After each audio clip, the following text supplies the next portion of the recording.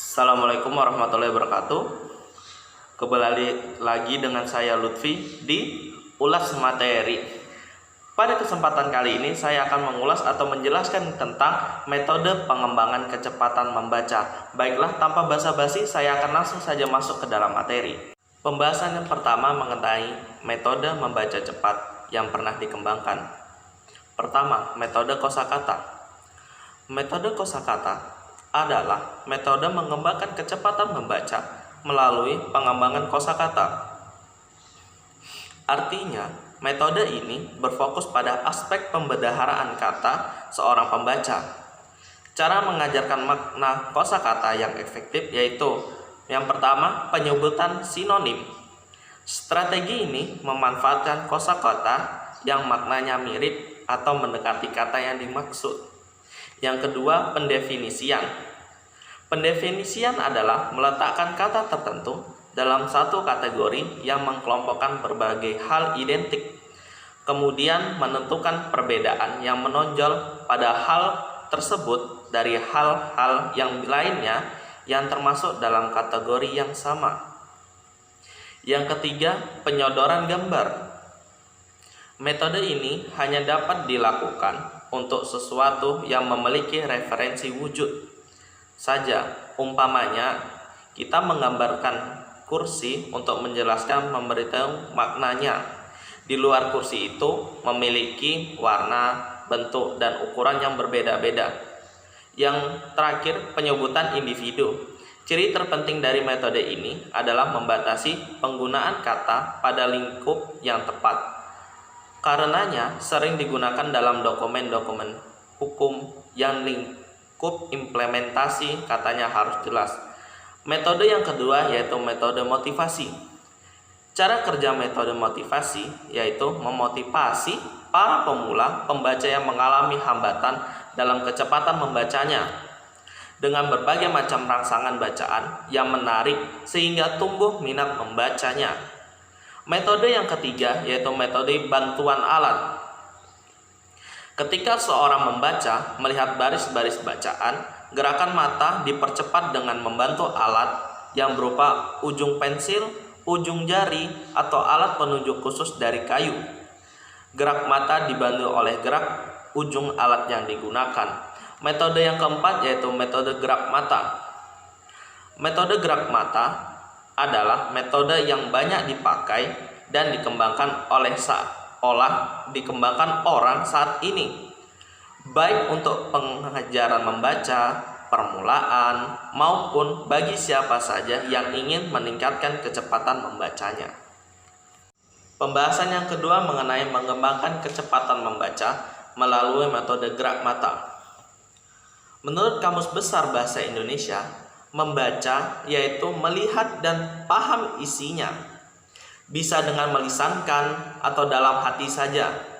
Dengan demikian, membaca dapat dimaknai kegiatan memahami suatu isi dari tulisan, baik secara lisan ataupun dalam hati saja.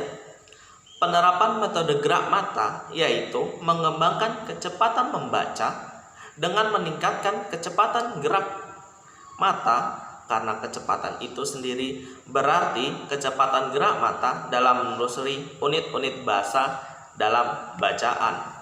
Mengapa gerak mata?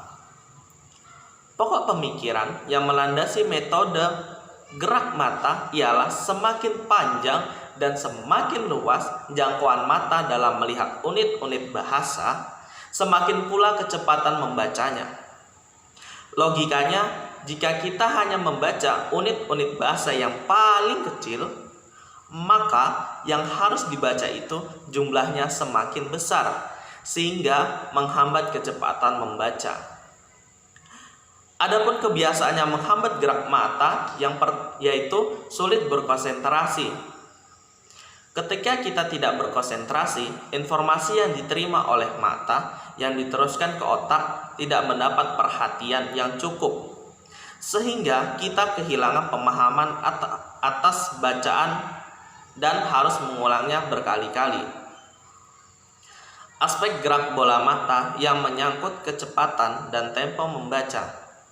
Aspek-aspek tersebut antara lain yang pertama, jarak pandang bola mata pada setiap barisan bacaan. Yang kedua, penghentian bola mata ketika menatap barisan bacaan.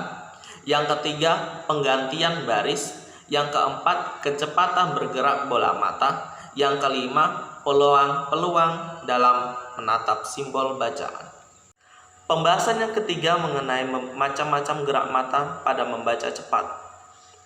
Membaca cepat dapat dibedakan menjadi 3 macam, yaitu yang pertama, membaca dengan gerak mata horizontal, yaitu mengikuti gerak baris-baris bacaan. Yang kedua, membaca dengan gerak mata vertikal, yaitu arah gerak pandangan mata yang menyamping ke bawah. Dan yang ketiga atau yang terakhir, gerak mata membentuk spiral. Pembahasan yang keempat mengenai tipe-tipe pembaca yang tidak efisien.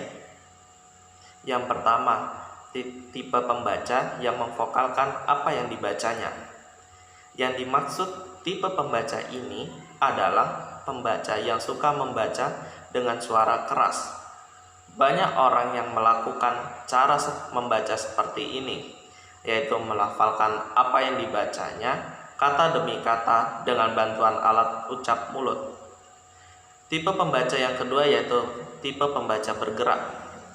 Yang dimaksud tipe pembaca ini adalah seorang pembaca yang dalam perbuatan membacanya diikuti oleh gerak-gerik sebagian anggota badan, baik disengaja maupun tidak. Tipe pembaca yang ketiga yaitu membaca sambil tiduran atau berbaring. Cara membaca sambil tiduran merupakan kebiasaan membaca yang jelek, terutama ditinjau dari kesehatan mata. Dengan membaca sambil tiduran, mata dipaksa untuk bekerja lebih keras. Kelelahan mata adalah efek langsung dari cara membaca semacam ini. Adapun tipe-tipe pembaca yang tidak efisien yang keempat atau yang terakhir, yaitu tipe pembaca yang tidak berkonsentrasi.